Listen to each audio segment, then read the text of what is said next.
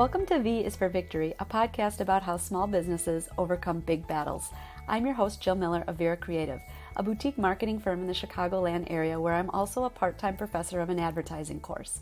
Join me as I talk with entrepreneurs about the challenges they faced as well as their strategies for success.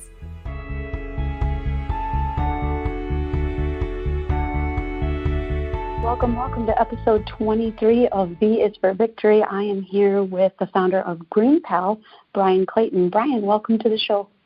Jill, thanks for having me on. It's great to be here. Yeah, I'm really excited to learn about your company, GreenPal, today. So take me back to the very beginning. How was this idea even born? And first tell our listeners what the gist behind the company is. Yeah, so GreenPal is the Uber for lawn mowing. So if you have a yard that needs to be mowed, rather than calling all around on Craigslist or Yelp or Facebook, you can just download GreenPal and get hooked up with a great lawn mowing service in less than a minute. And so we've been at this business for 8 years. We're an 8-year overnight success. And when we started the business in 2013, my two co-founders and I just had this idea to make getting a lawn mowing service as easy as pushing a button. And the idea actually came from my first company, which was a landscaping business. And so rewinding back even further, I started cutting grass in high school as a way to make extra cash, and I mowed yards all through college as a way to put myself through college. And when I graduated college, I just decided to stick with my little landscaping business and built it into one of the biggest landscaping companies in the state of Tennessee where I live. And over a 15-year period of time, built that landscaping business to over 150 employees and got it over $10 million a year in revenue. And in 2013, the company was acquired by one of the largest landscaping businesses in the United States. And so growing that business just from me and a push mower to me and like 80, 90 trucks going out every day, I learned a lot about the industry, learned how it worked from the inside out. And so when I sold the company, I kind of took some time off and retired. Really, I didn't have to work anymore, and I got bored, and I thought, okay, well, it's time to start the next business. What's it going to be? And so I saw what Airbnb and Uber and Lyft were doing. I thought, okay, an app needs to exist to make lawn mowing as easy as those apps make ride sharing and like what Instacart does for grocery delivery, et cetera. And so I recruited two co-founders, and we went to work. And we went to work on building the app and learning how to write software and learning how to build a marketplace like this. And it's taken us a while to get it going, but here we are 8 years later. We've got a good business going. We've got several 100,000 people using our app to get a lawn mowing service and doing over $20 million a year in revenue. So everything that's big starts small. Yeah, wow. So that's quite a success story. Let's go back lots of questions came up for me there. You said you took some time off because you basically retired. How old are you in your first retirement? Yeah, so I started my first lawn mowing business when I was 18 years old and stuck with that 15 years. And so then when I sold it, I was 33.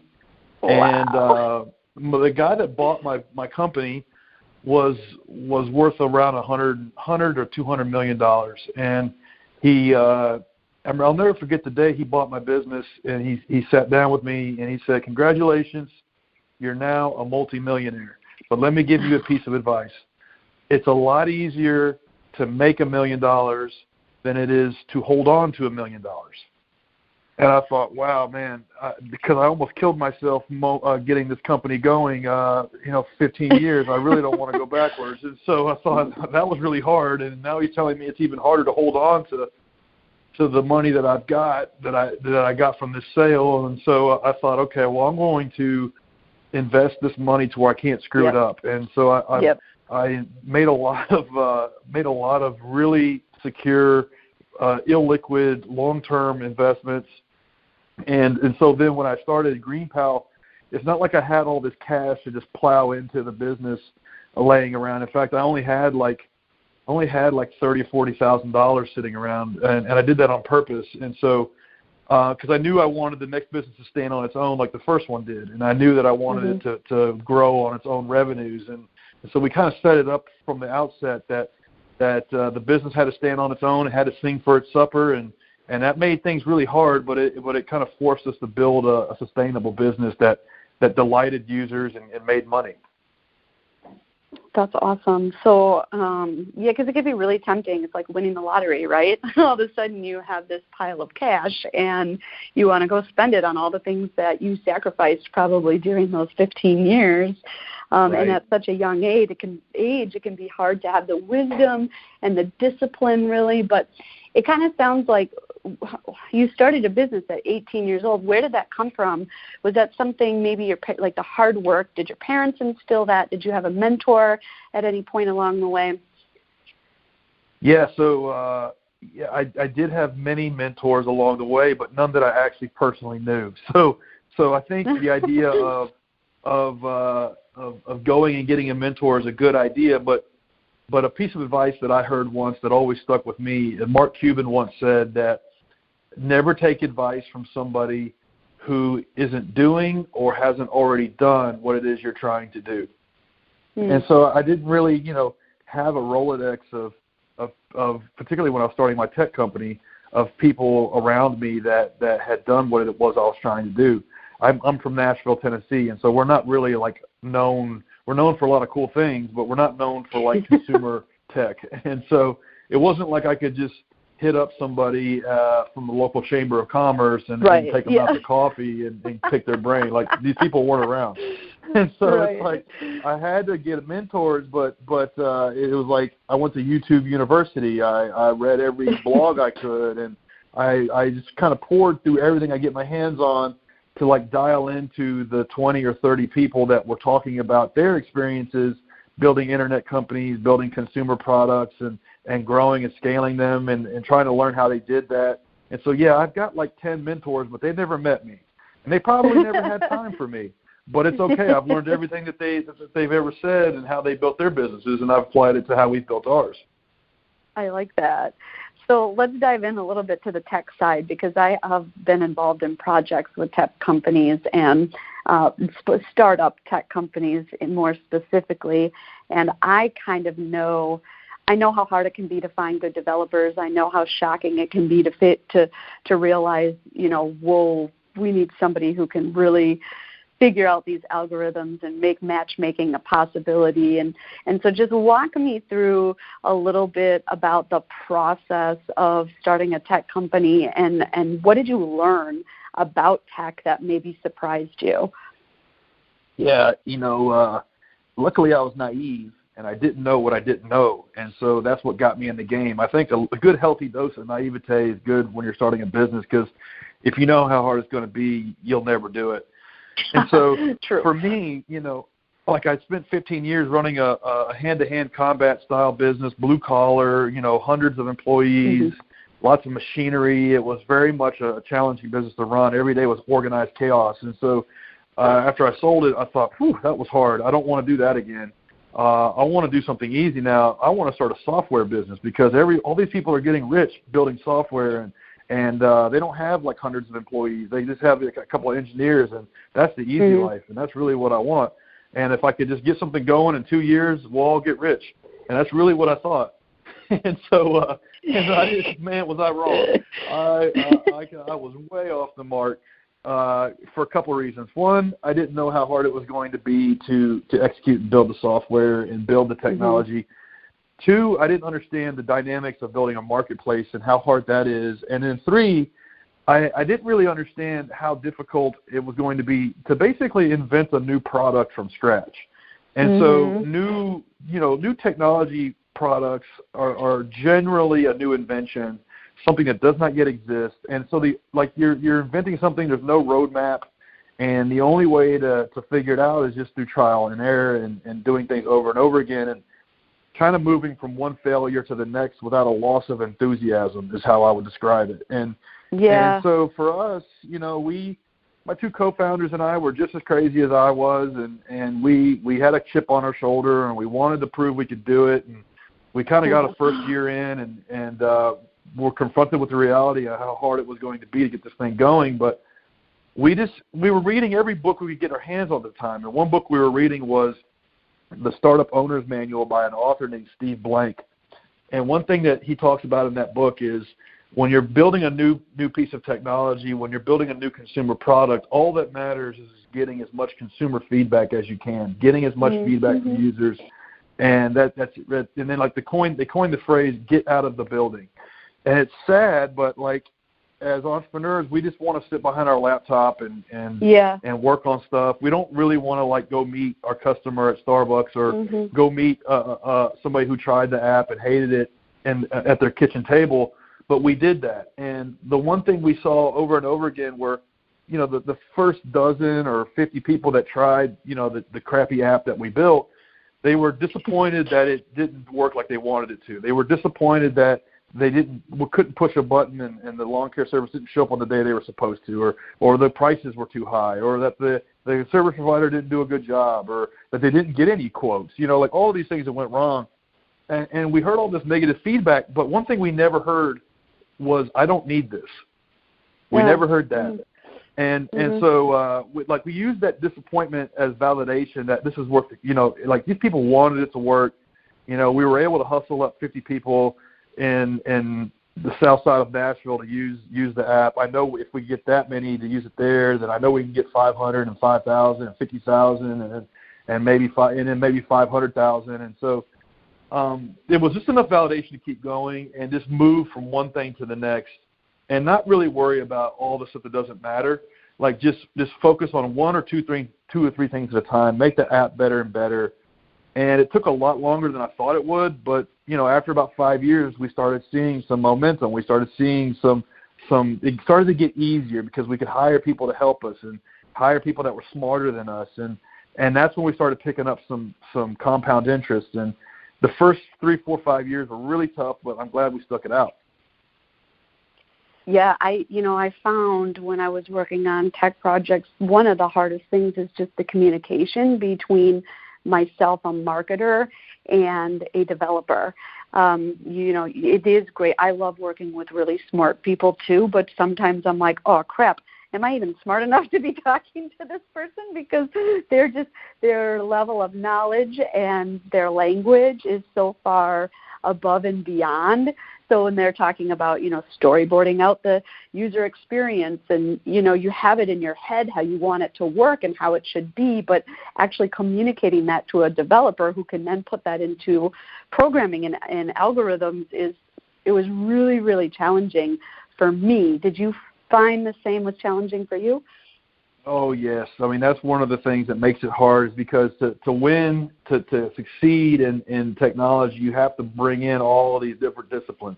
You have to execute on the tech side. You have to execute on the product design side, the marketing side, the growth side, figuring out how to fix the leaky bucket, you know, from one end of the journey to the next. And it requires that all of these disciplines be pulled together and to work harmoniously and to be synthesized. And so for me, you know, my background and what I try to coach other entrepreneurs on is that, you know, as the founder, as the CEO, really has to have that marketing growth mindset to be able to drive it forward and permeate it throughout all the other parts of the organization. And that may just be 5 people in the beginning or 3 people, and it grows to 10, 20, 30, 50 people. But you have to, like, prioritize these things that are marketing related. And I see a mistake that a lot of startups make is, like, they'll build a product, and then at the very end they try to sprinkle some marketing on top of it. And the reality is, it's like it doesn't work that way. The marketing has to be whatever you want to call it, marketing, growth, distribution. Like that has to be baked into the DNA, into the product experience from the ground up. And somebody has to be, like, driving that forward. And it can be helpful if it's the CEO or the founder that understands that, like, hey, we're dead on arrival if we can't market and distribute this thing. And we have to have, like, these things as a priority. Like, everything we do has to really be oriented around one thing: is will it cause us to grow? Will it cause us to expand? And if it doesn't, then we don't need to do it right now. And that's hard because you can get so sidetracked on things that really don't matter. And engineers love to do that. They love to work on things that, you know, that don't necessarily move the needle, and don't really have any real material, like, bearing or will create a noticeable difference in the numbers. And so somebody has to, like, grab all of that and wrangle it and say, no, like, we're not doing that. We're doing this, and here's why. and if you're not on board with it, then you're not a good fit here. Like, and it sucks, but that's just what it takes. And that's certainly I've dealt with that. And the only way that I have been able to kind of get across it was I got like 80-20 good at pretty much everything. Like, I'm not awesome at anything, but I'm like half-assed good at everything. And I did that just by learning this stuff. Like, I learned how to code, I learned how to write content, I learned how to design, I learned how to do SEO, I learned how to do all these things, so then I could like speak to every one of the disciplines when I got specialists on the team and speak to them confidently as to why we're doing what we're doing and why it matters. And if you don't have like at least some amount of knowledge to be dangerous, it's hard to take control of those functions. For sure.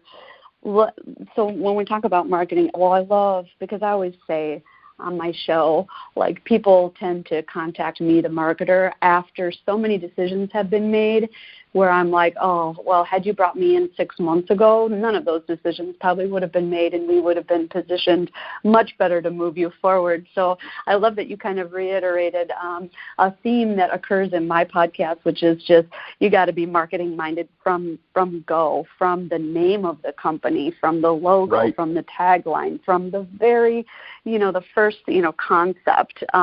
Is it marketable? Does it speak to people? Is it relatable?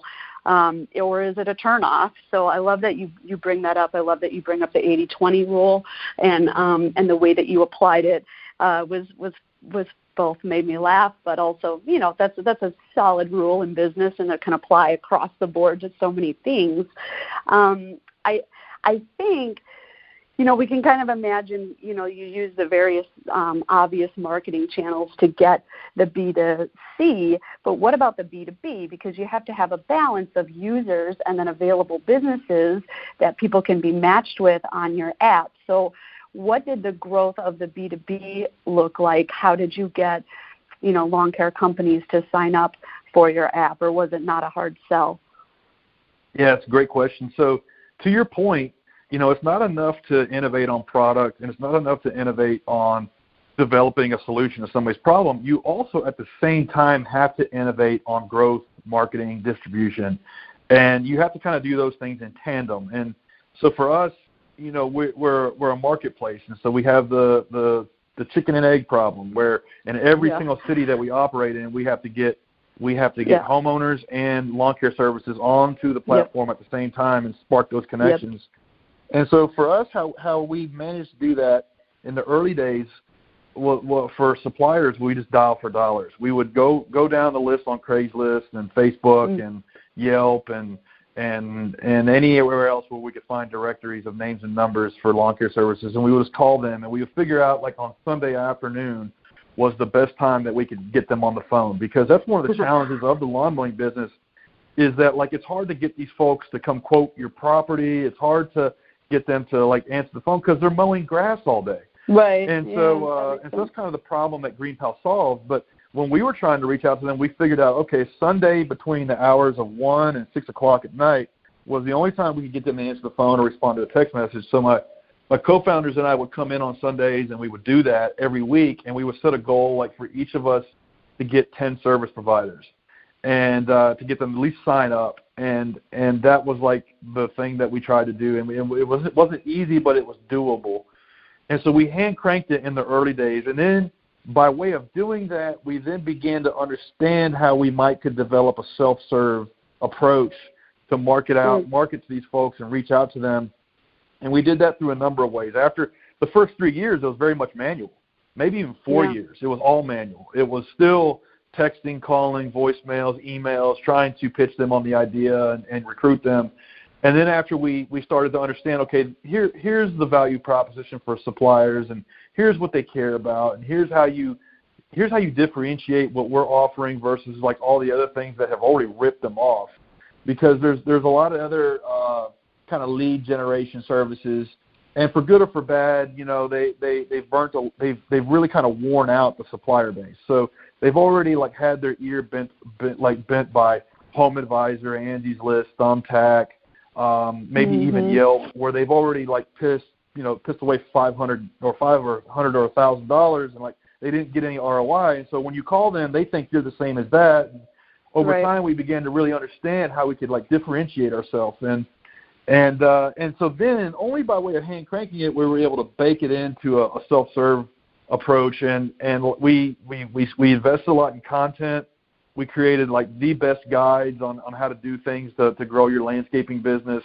We have the preeminent book on how to start a lawn mowing business on the internet. I wrote it, and I'm not humble about it, but I did pour my soul into that book on how to start a lawn mowing business from scratch.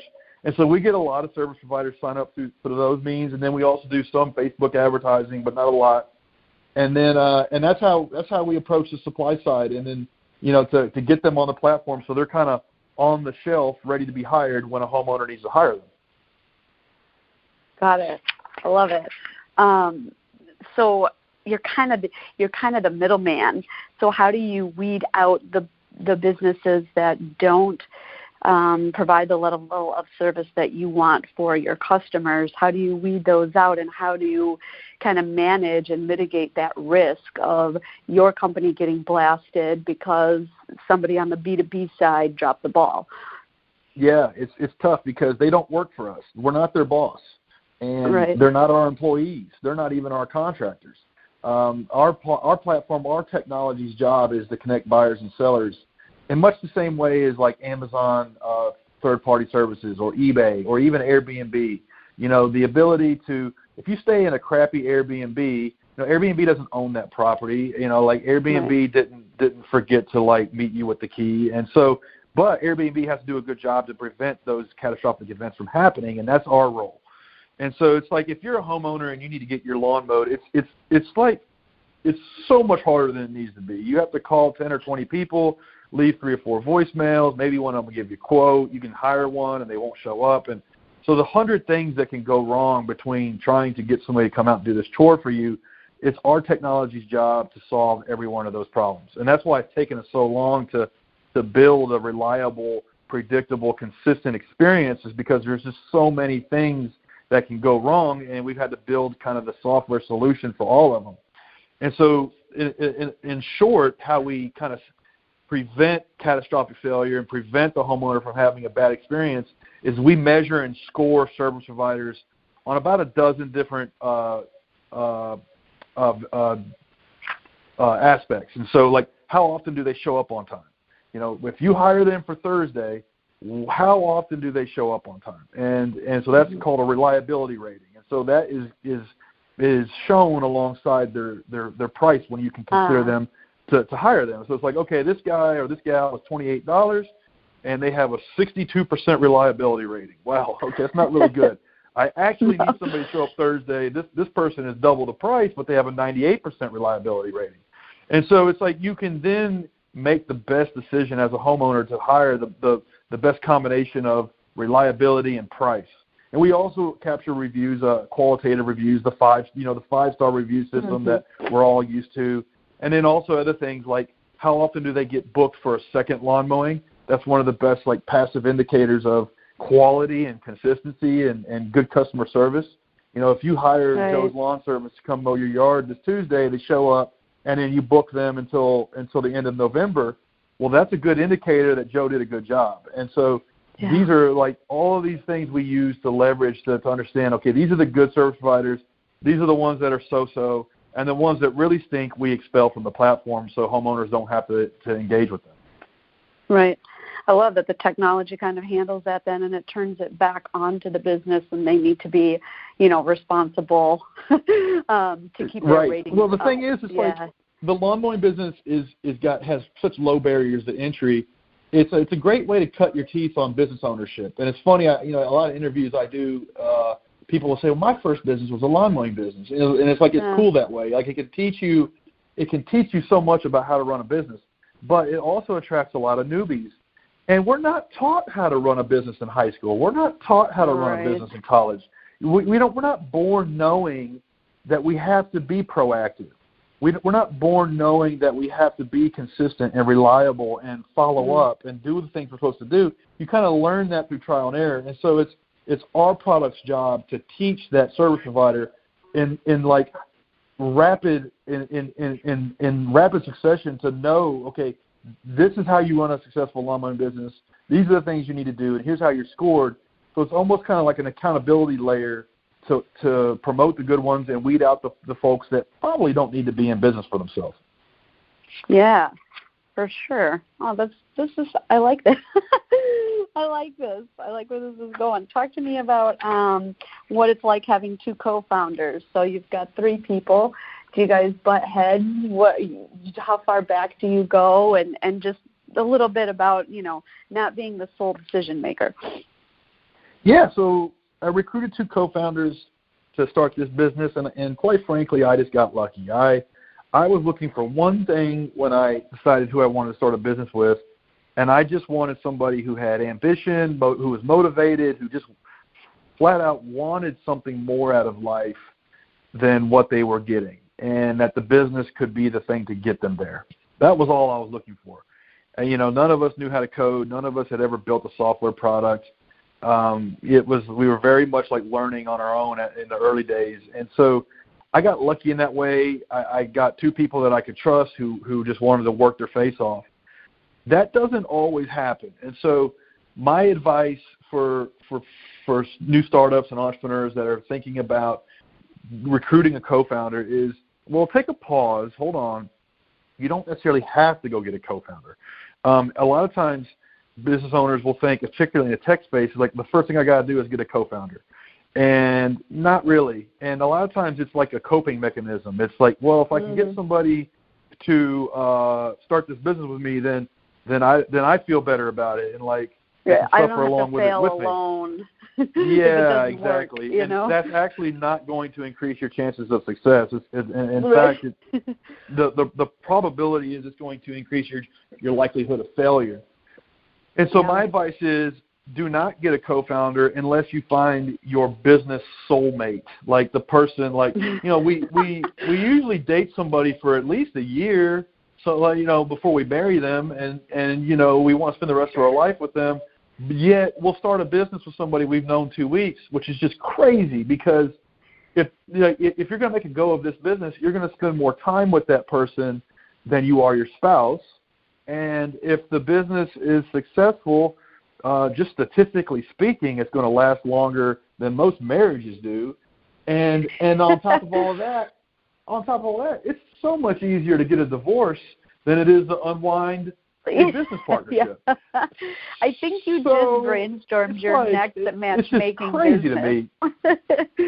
Yeah, I think you just brainstormed it. Yeah, so your next business is to match co-founders and with other founders. Yeah, I think it's been tried. It is a hard one. Like, there is no Tinder for co-founders. Maybe there should be. Yeah. Oh, that's hilarious. So who are these guys, in terms of quality, like in terms of qualities, and what do they bring to the table, then and now?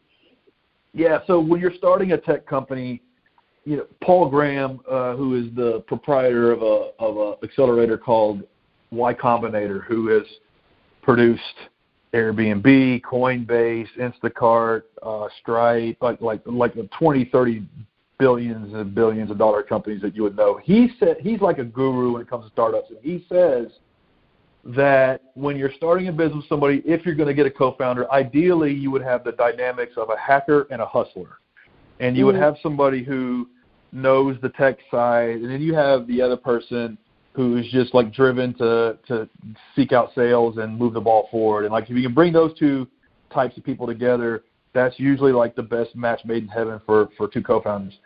We did not have that. We just had three.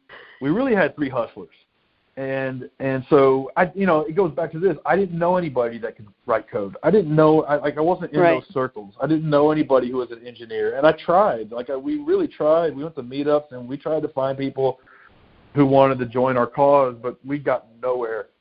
And those people are really sitting at home. That's why. they really are.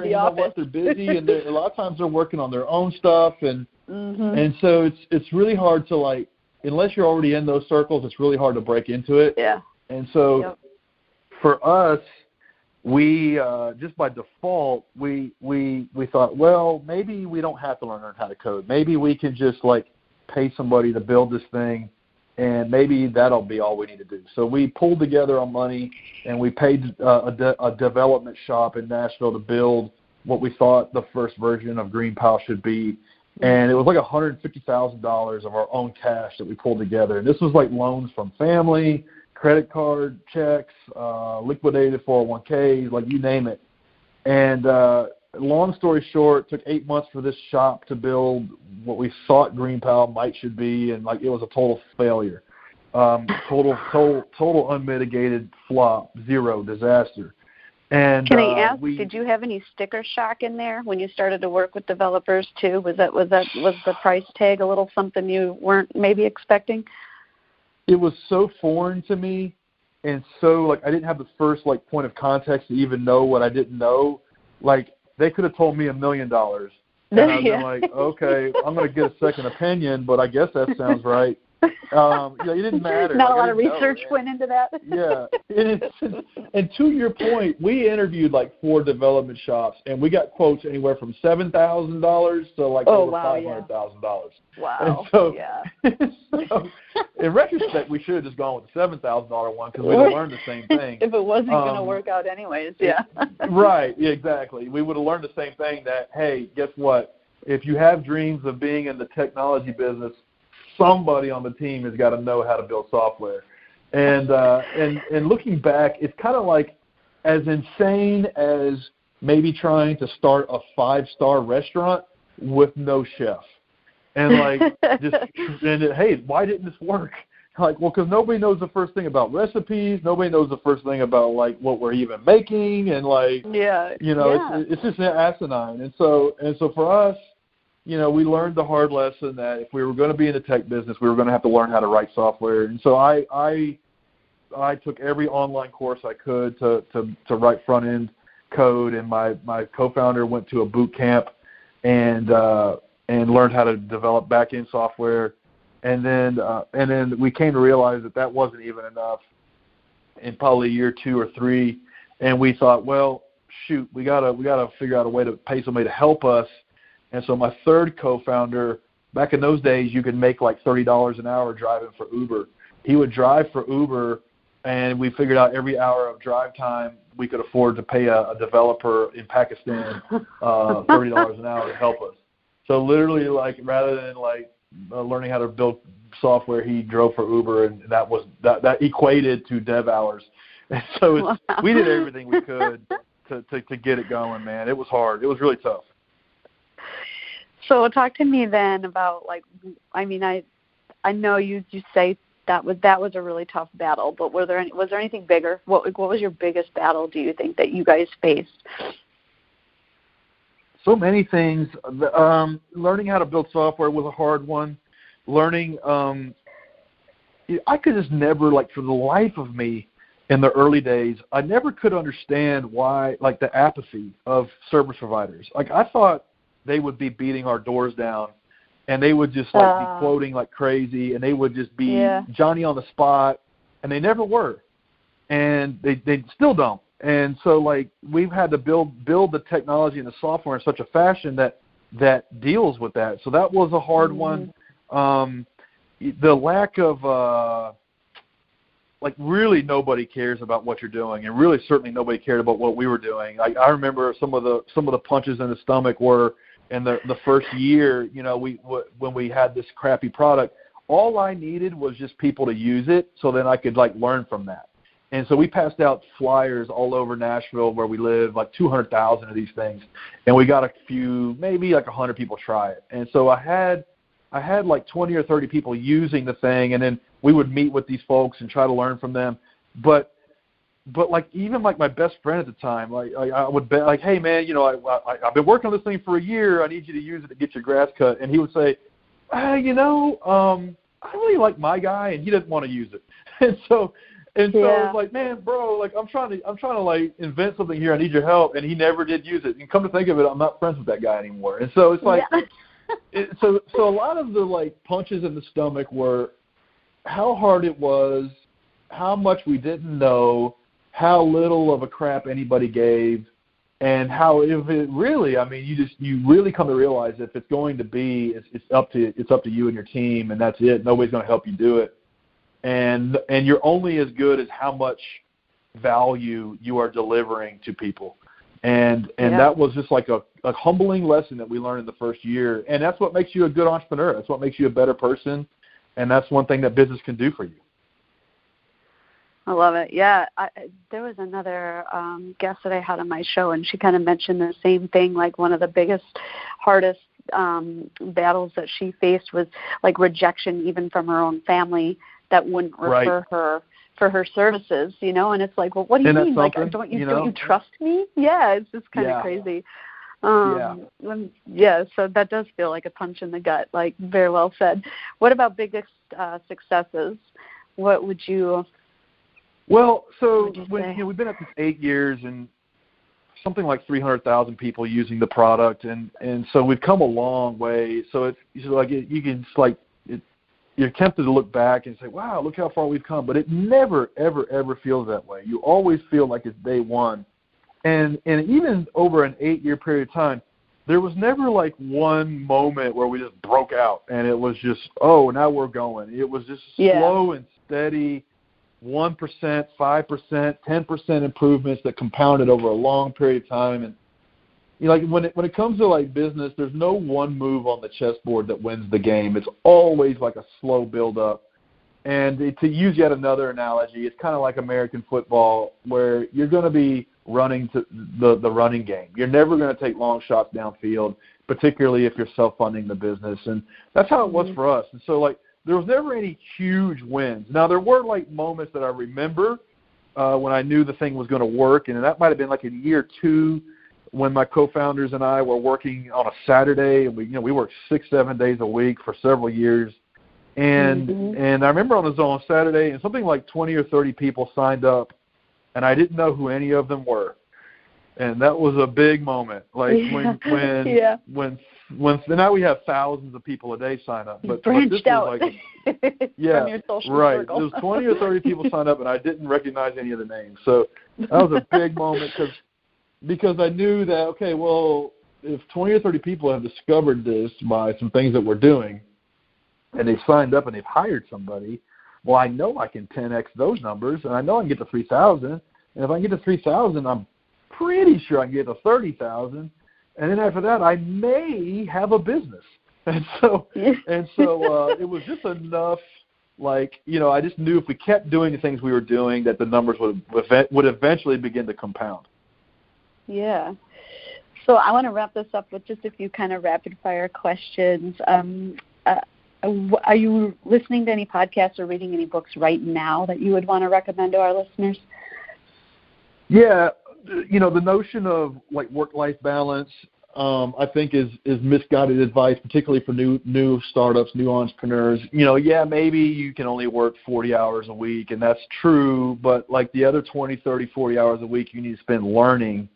And you need to be reading, you need to be listening to podcasts, watching YouTube. And so for me, I try to hold myself accountable to that philosophy. And so I'm all the time trying to discover new podcasts and discover new books. And some of the podcasts I like, I like Masters of Scale with Reid Hoffman.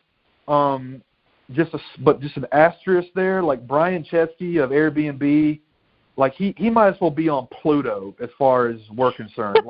Like Brian Chesky talking about how he runs Airbnb means absolutely nothing to me and where I'm at. So like just kind of hold that in context. Like, yeah, it's cool to listen to the big names, but you kind of need to seek out the smaller like names who are like doing what it is you're trying to do. And so one of the things I like is there's a podcast called Everything Marketplaces, and all they talk about is how to build marketplaces. And so they'll have the founders of Poshmark on, or the founders of Etsy, or the founders of, you name it, marketplaces that have done what it is I'm trying to do, and that's where I learn.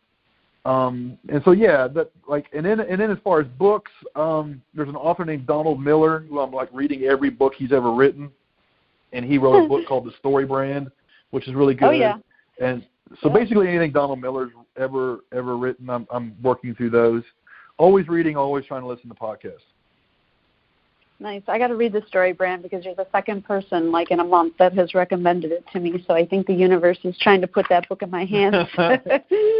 Another book he wrote called A Million Miles in 1,000 Years is another good one. Real short read, and it kind of puts into context a lot of things around getting a business going and why it matters, and like particularly how your business can be kind of the storyline to your life to give you an interesting life where, a lot of times running a business, you go through low points and it's hard. And if you think about like your business in terms of like the hero's journey, and if you're watching a movie about a storyline, like there's ups and downs, and the main character is getting through the obstacles, and like you want to think about your life and your business kind of like that. Yeah. And it can help take care of a lot of these low points that we all go through. Yeah, I love it. I'm definitely going to link that in the episode notes for people as well. Highs and lows from this week. What have you been dealing with this week? Start with the lows so we can end on a high. Oh, wow. So when you're running a business, you this is funny. I'm so glad you asked this. When you're running a business, if you're doing anything right in business, you're all the time getting sued.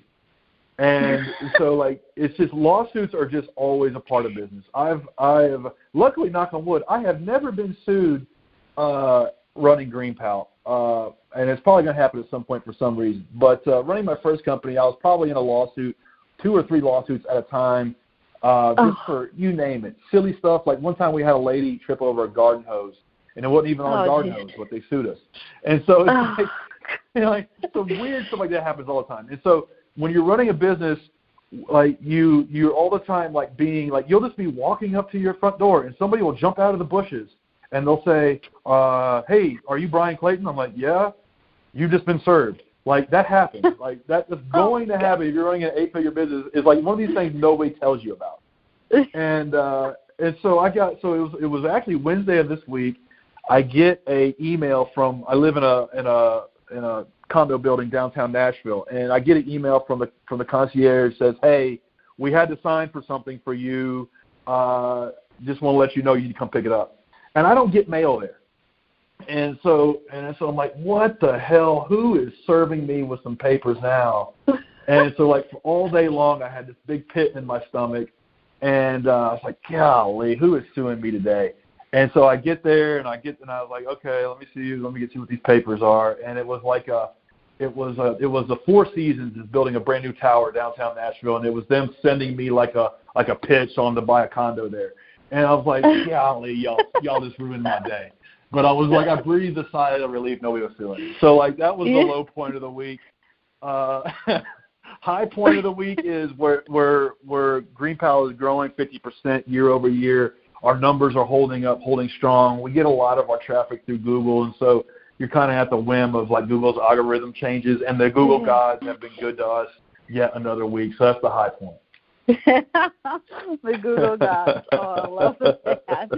I love that. Yeah, lows and highs, highs and lows.